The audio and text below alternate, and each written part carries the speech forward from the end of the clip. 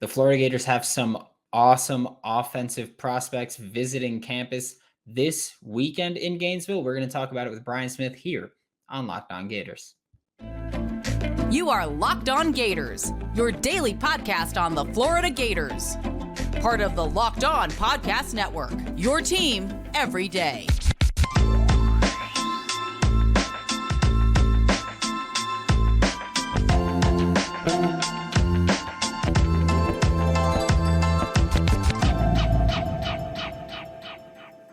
Joining me now for Locked On Gators is Brian Smith, Locked On's recruiting insider. And Brian, yesterday we talked defense. Today we're talking offense. We're starting off with Amir Jackson. And before we talk about everything else surrounding him, how do you feel about him just as a tight end recruit? Athlete. I mean, he could play H-back, tight end. He could be a big receiver if you wanted, linebacker, edge. This is the kind of kid that is basically always known to come out of Georgia. They've always had kids like this, and it's why the Gators have always recruited Georgia hard. You need this kind of player. Versatility with 85 scholarships. Don't have a lot of flexibility. You need guys that can do multiple things. I'm sure that the defensive side of the ball will fight to maybe get him to take a look on that side as well. He can play football. Yeah, he's not the only person that we're going to talk about today that could play both sides. But for Amir Jackson, this is the only summer visit that he has scheduled right now. This weekend in Gainesville, he has Miami set up for, I believe it was September 9th, and Auburn set up for, I believe, September 29th. All set up in September, in-season visits. Is there any extra pressure here for Florida to kind of make significant ground before those fall official visits? It's a really interesting debate. It really is, because there's two ways to look at it. We could knock him out, and he just cancels the other visits. That's plausible. There's a player that just committed to Wisconsin that had like 4 visits set, and he committed to Wisconsin even though he's from Pittsburgh. Everybody thought he was going to Penn State, but Wisconsin got the first visit, and he just canceled everybody else. Maybe that happens. On the other side of it, if he doesn't commit, you're going to be much further away in terms of an official visit to signing day than what Miami is or anybody else ends up visiting. So if the Gators don't knock him out this summer, they need to get him back on campus, even if it's an unofficial visit, which it would be. You want to get one official and bring him back to the Swamp for a game, just one of the big games. It doesn't matter which one. And that would be your probably best bet for getting him signed.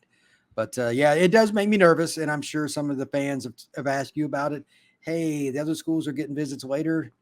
That can change your recruitment, no doubt. We're dealing with 17-year-olds. They don't have the greatest memories.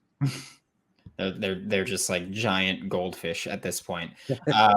Luckily, Miami's playing Texas A&M September 9th. And I mean, you lost to Middle Tennessee State there if you're Miami. So maybe you lose to Texas A&M too. Just saying. I'm just saying. Great visit there. But with that dude is going to watch the worst football game. Oh my God. I feel sick. He's not going. Walter Matthews committed at like 6 a.m. the other day for some reason to USC. Incredibly weird timing.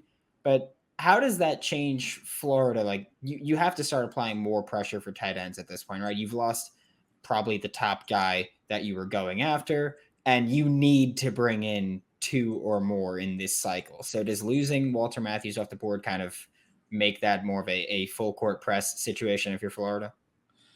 I think it's a multifaceted situation. Number one, when a kid from Hiram, Georgia commits to University of Southern California, the last thing I'm doing if I'm Billy is stopping recruiting him. It's a long way to Los Angeles from North Georgia. Number two, he's really good. I would just recruit him if he committed to UGA or Clemson. So they have to continue to go after him, and their needs are there. And they're going to sell playing time. Look, Florida's depth chart at tight end is weird. You and I've talked about it before, but like they kind of have one in the freshman class where it was gray shirted or whatever. But I mean, they're needing at least 2, right? And they can sell playing time to these kids. So that guy's a really good football player, by the way. Southern Cal got a steal if they can get him out of Georgia. But that kind of goes back to Amir and some of these other guys. If you can get them on campus, look, you can come in and play. Here it is. Why not? Why not Florida? So I don't think they're in a bad spot. It's just they have to be patient. Don't just jump at any guy because it is the Southeastern Conference. You're better not to get a kid and then get somebody out of the portal than waste a scholarship on a high school player that you took a flyer on. So they got to be very specific here. Don't just waste a scholarship. Be very, very, very careful. Yeah, and like, look, I like Florida's youth at tight end, but you need more bodies because not everybody's going to work out. So that's why I'm like, you need to bring in 2 or more here, which is my main selling point because the upperclassmen, not very impressive. But I'd imagine Billy Napier and Russ Callaway will both text Walter Matthews when it's, 1 a.m. Friday night, Saturday morning, be like, hey, are you at halftime of the USC game right now watching Pac-12 where no one's watching? And just be like, hey, well, no, come to the SEC. That'd be my selling point, at least if I'm on this coaching staff. But moving a little bit inside to bigger bodies, we're going to talk about Fletcher Westphal first, where, I mean, I feel like I've been talking about this kid forever as someone I want in Gainesville. What's your opinion of his game? Well, this is an interesting player. I mean, if you look at Virginia, they've always got a lot of talent. You think more about skill guys, but they're trying to get a kid that Clemson's after, that Georgia's at. Like Georgia's O-line coach has got a relationship for him for 3 years or whatever. He's a big-bodied offensive tackle. He fits exactly what Florida's been trying to get more of. He can play right or left, and he's an athlete. Yeah, they need this kind of kid. They probably are behind right now, though, because like if I had to guess, I would pick Georgia, but Clemson's hard to beat sometimes too. But this is a chance for them to make a move based on the Florida visit. It's one of the most famous schools for having great visits and changing recruitments historically. Why not this kid? Virginia, he's not going to go to UVA or Virginia Tech. They're both terrible. I mean, it's just true. That state is really down right now. They're bad. They are both really, really bad. Matter of fact, probably the worst of my lifetime. That's saying something. So you have a chance. UF's got the academic profile to do it. They've got the social life and all that. And he fits what they need. I mean, how many offensive linemen do you think they're going to take this year, Brandon? I mean, what? At least, I want at least 5. That's what I mean. I want 5. Why is that? Because they need help. It's not going to be hard to sell the playing time. So they're probably behind, but is he going to walk into UGA and play early? No, he's not. Could he walk into Florida and play as a redshirt freshman? That's plausible. I'm not saying he's going to start as a true freshman. That's asinine, but there's a chance to at least play fairly early. This is a kid that can do it. Athletic, he's a good player, like the film doesn't lie. So Georgia wants him. That's probably a sign. Like they don't miss very often with O-line. They're about to have 4 guys drafted. So they're pretty good there. I think this is one of the more interesting recruitments. Again, it's kind of like getting a kid from the DMV or getting a kid from Philadelphia or something. Florida always gets 1 or 2 kind of random guys. Maybe Fletcher is that guy. Yeah, this is a weird battle. Like, it's Florida, Georgia, Clemson, Arkansas has got a visit set up. Like it's just such like an odd combination of teams that you almost never see those 4 as like the top 4. I don't think I've ever seen Arkansas as a key program with a Virginia kid, but that speaks to how bad Virginia Tech are. They stink. Yeah. So he had Clemson first week, Georgia last week. He's got Florida this week, Arkansas next week, and then no more official visits scheduled. Maybe the timeline's kind of cutting down here. How can you even get this if you're Florida? Are you just like, hey, you're a big athlete. We have Rob Sale, Darnell Stapleton. Like we can help mold you. Look what we did with Osiris Torrance from Louisiana, who was an overlooked kid, came to Louisiana, then Florida, all under Rob Sale, went to the NFL All-American. Same thing with Robert Hunt, Max Mitchell. So many offensive linemen are in that resume. Is that just the big selling point? Like we've gotten athletes to the NFL consistently on the offensive line? In today's era, it probably is. I think you still have to sell Florida because it's a special place and the swamp in the Southeastern Conference. But these kids want to hear they're going to eventually see right in front of them this guy that is the leader of the National Football League on a stage in some place like Las Vegas. They want to go to the draft. Roger Goodell, they want to shake that guy's hand on the stage. So, yeah, development is a big part of it. But that's where it gets interesting. It's not like Georgia's not putting guys in the NFL. So Florida needs to win the social battle with this, with the campus and the development and all that's great. But the campus, the players, all that's got to gel for UF to win battles. And if they can do that, absolutely, because playing time favors Florida. I don't think they're going to have to sell that very much over UGA. So it'll be interesting to see what he does. Today's episode of Locked On Gators is brought to you by Birddogs. I'm telling you, they're the best shorts you're ever going to wear. And especially now, like weekends coming up, you want to just lounge? Great. You want to go to the pool? Great. You want to go to the gym? Great. You want to go play basketball? Great. You want to go play football? Great. Whatever you're doing, Birddogs, the place to be, the shorts to wear. Absolutely amazing. So comfortable. Go to birddogs.com/lockedoncollege. And when you enter promo code LockedOnCollege, they'll throw in a free custom Birddogs Yeti style tumbler with every order. Yeah, then another offensive lineman that's going to be on campus is Liam Andrews. He is one of the highest ranked interior offensive linemen in the nation. Florida's recruiting him for both sides of the ball, offense and defense. Do you think that's something that helps or hurts recruiting? Kind of like, hey, like this school's willing to try me out at whatever spot ends up working. They just want me on their team.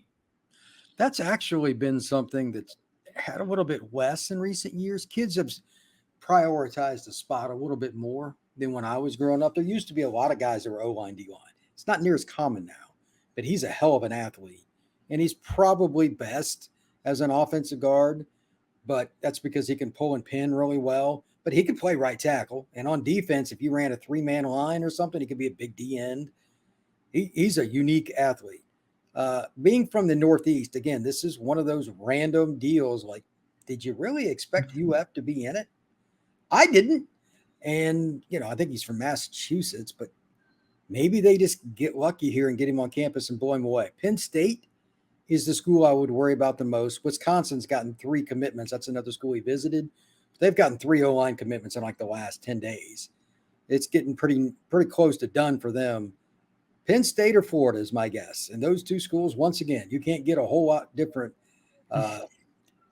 Just think about the landscape. The one's at the bottom of the mountains and the other one's in the middle of a swamp. So it's about as different as it gets. You're going to sell playing time once again. Penn State's done a really good job the last couple of years on O-line. Florida's not as deep, so they can sell PT. And they also have the things that you talked about. They've got Sale there. That's huge. Can they get over the top this year? Because this might be a recruitment that drags out. He's got a lot of great options. He's a big-time player. If they can do well this fall, running the ball and stuff, O-linemen love it. Even if he committed to Penn State this summer, UF might still be in it. This is an interesting recruitment. And again, it's one that UF needs to win. This is how you get back in the national title hunt, getting kids like this. Yeah, I'm glad that you mentioned how weird it is that it's a Massachusetts kid. Like Florida doesn't recruit there, but I had Brandon Carroll here from All Gators the other day, and he was saying that, Florida sets kind of a limit where they're like, hey, if you're 6 hours or farther, it's like us giving you an offer is a very big deal. And so it should be. Like that's that. So do you think that's a big point where they're like, look, like we don't recruit Massachusetts. Like that's how highly we think of you. I would absolutely bring that up because why would you recruit Massachusetts? They got 5 kids a year that can play at UF when there are 5 kids within the greater Gainesville area that can play at UF every year. Literally. So, by the way, Gainesville is underrated for prep football, but there's no reason to spend your money and your time when you can just go to major cities in the South and then just recruit the state of Florida and some South Georgia kids. You can have top 5 class every year doing that. And it's a lot easier. So again, for people that don't know, the Andrews kid is a national recruit. Notre Dame, Penn State, anybody he wants to call, he can go. Big time player. So the fact that he's been given an opportunity to play defense in addition to offense, and he's a kid from Massachusetts, I'm not sure I've heard that for a kid from up there in the last 10 years at least. That's not a D-line state. So big offensive linemen are pretty common, but this is a really good player, and it's a chance for Florida to improve its roster. Yeah, and now we're going to switch to slightly smaller people, just slightly smaller for the rest of this. Starting with Tawaski Abrams, because he's one that we have to talk about. He's on campus here. What kind of receiver is he before we even get into the fun part of his recruitment? twitchy, fast, annoying, and a guy that scores. That's how I would define him. Sub 11 in the 100 meters at any point in your high school career, you're moving. He's that dude. He's like 10'6". He can fly. He is kind of, I think the best way to put it, think back to Spurrier in the 90s, some of the receivers they had, he's in that mold. He'll make the first guy miss, then he'll outrun everybody else. So not necessarily the biggest guy, but he has the jets, and he's got the wherewithal to figure out how to make guys look really stupid and put them on his highlight tape. Committed to Florida State, but as you know, that probably means very little for a kid from anywhere in the state of Florida, and that certainly carries on here too. UF hasn't given up, and it probably would make a lot of UF fans, I'm going to go out on a limb, very happy if they stole a kid from Florida State. I'm just going to speak for the Florida Gator fan base there. But he's also got other schools that are still trying to flip him too.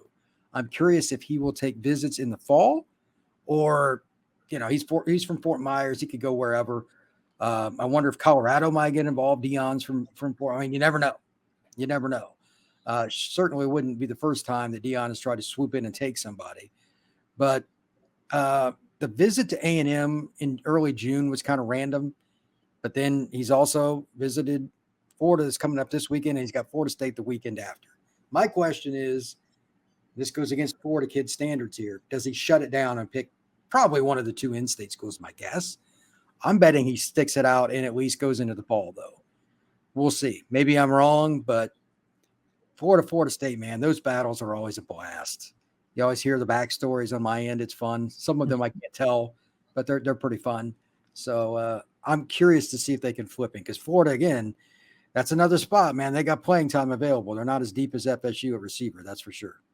Yeah, I'd imagine that Tawaski Abrams is going to get the same treatment Jere Hawkins got last week, and it's like they're going to show 100%. him Jalen Waddle tape, they're going to show him Kadarius Toney tape, and they're going to be like, "Hey, we want to use you like this." Just based on your description, that's what I'm expecting. 100%. I think right now, from what I've heard, is that if he decommits from Florida State, it'll only be for Florida. So if you're hearing that as Florida, are you really just like putting the full court press on, try to flip him, try to get him to shut it down? Because not only do you then add a dynamic playmaker to your class, but you also take him from a rival. And like you mentioned, like that makes it so much sweeter. I don't care at that point. Just stealing him from Florida State makes it so much sweeter. Rod Kearney, for example. Oh, that's a great example. I would think that the following point is also important. It's recruiting momentum.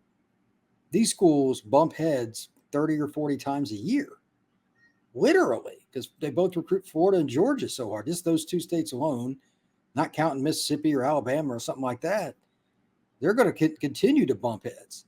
You want to win it as soon as you can because it can give you momentum with somebody else. You're absolutely correct. That's the easiest question you're going to ever ask me. Yes. So you want to flip him as soon as possible. Yeah, and then in the backfield, someone that's already committed to Florida is Kanan Daniels. What do you think of his play? Because I know there are some Gators fans who were like, well, he's the second-ranked running back in our class when Chauncey Bowens was still committed, and then Chauncey Bowens uncommitted, and they're like, we have the worst guy. Great. But like I told you off air, I've been told if you can run in Mississippi 5A, you can run the football. So what do you think of Kanan Daniels? He's a natural running back. His film is really good. Good decisions, makes good vision and cuts combined, doesn't make a lot of wasted movements. And when he hits the hole, you better have the angle because he can run. And then finally, he'll grind out the 3-yard runs that you have to do. And that's Napier's offense. They want to be consistent between the tackles. He's a great fit for Florida. Mississippi State's trying to get in there. He took a visit to Michigan State, but I can't see a South Mississippi kid going. No, I just can't see that. I can't see that going to happen. Florida needs this kid. I know people are irritated that Bowens flipped to Georgia. By the way, yes, I was right on that. Although some of your people may not have agreed with me on YouTube. It's just part of the process, man. You're going to lose kids. You're going to gain kids. This guy can be a 2-year starter in the Southeastern Conference. He could play at Georgia or Alabama, no problem. So yeah, he's really good. Florida's lucky to have him. It's just that he's from Mississippi. He doesn't get near as much pub because there aren't many scouts there. It's a very unique state. Yeah, he took that visit to Michigan State, like you mentioned. After this weekend, he has no other official visits scheduled right now. Should Florida Gators fans feel pretty confident that this running back will actually stay in the class? I would think so. Look, I'm not picking on the Bulldogs, but Mississippi State's not exactly running back you. That's the in-state program. I haven't heard of Ole Miss with him. If Ole Miss gets involved, that's different. Maybe he doesn't like Ole Miss. I don't know, but that's the school that has the bigger pull inside that state. So unless that happens, or maybe Alabama calls, I would think he ends up at Florida. All right. Thank you so much, Brian. This was Brian Smith, Locked On Recruiting Insider. Catch him all throughout the Locked On College channel, Locked On Podcast Network, and Locked On Gators. For now, at least twice a week. We're rolling with it. Thanks for making Locked On Gators your first listen of the day. Every day, we are available daily and free wherever you listen to podcasts. We'll be back tomorrow with Graham Hall joining for a bonus Saturday episode. So looking forward to that. For Locked On Gators, I'm Brandon Olson. Don't forget to follow me on Twitter at WNS_Brandon. Find all my written work with Whole Nine Sports, Giants Country, NFL 33, and I will see you all tomorrow.